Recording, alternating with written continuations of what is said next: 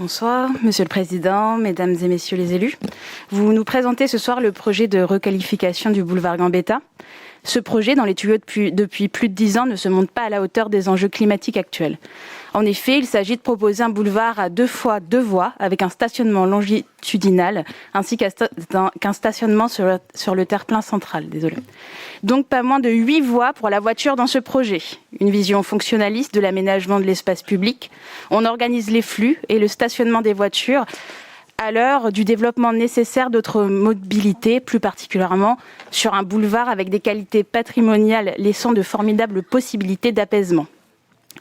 Aussi, nous voulions rappeler ce soir que nos ambitions et notre responsabilité face aux enjeux climatiques sont immenses, du fait de l'urgence, justement.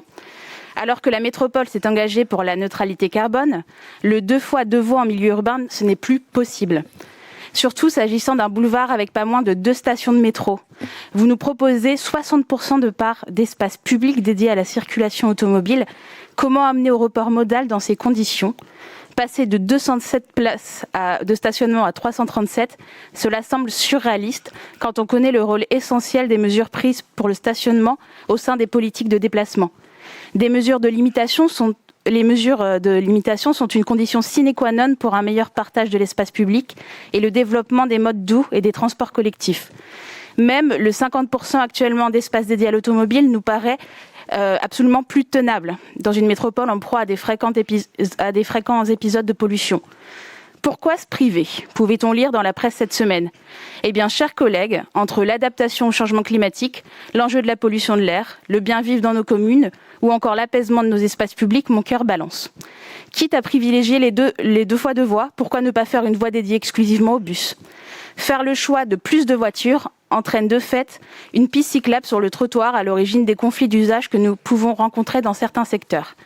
Enfin, nous nous questionnons sur l'abattage d'arbres dans ce projet, les conditions du plus, à savoir que les arbres soient dégradés ou présentent un risque avéré pour la sécurité des biens et des personnes, ne sont pas explicitement présentés dans cette délibération.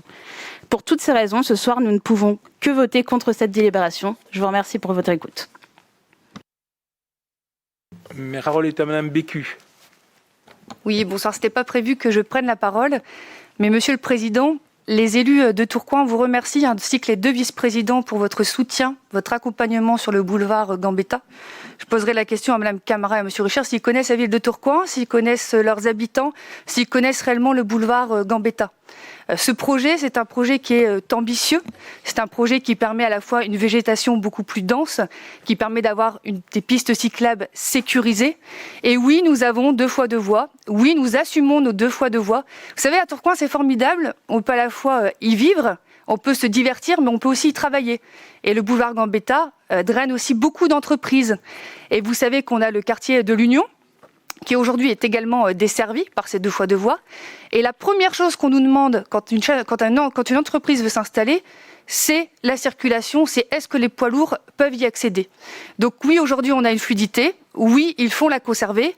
Et puis par rapport au stationnement, moi je vous invite à rencontrer les riverains. Je remercie d'ailleurs mes élus qui sont présents, qui ont participé à beaucoup de réunions avec les habitants des quartiers, qui demandent plus de stationnement, parce que oui, à Tourcoing, tout le monde n'a pas la chance de travailler en journée. Oui, les habitants prennent le métro, oui, ils prennent le tram, oui, ils prennent le train, mais l'ouvrier qui se lève très tôt le matin, qui a besoin de son véhicule pour aller travailler ou qui travaille de nuit, il ne peut pas faire autrement aujourd'hui. Donc il faut aussi prendre tout ça en considération. Encore une fois, un grand merci au service de la MEL ainsi qu'aux élus qui nous ont beaucoup aidés sur ce dossier.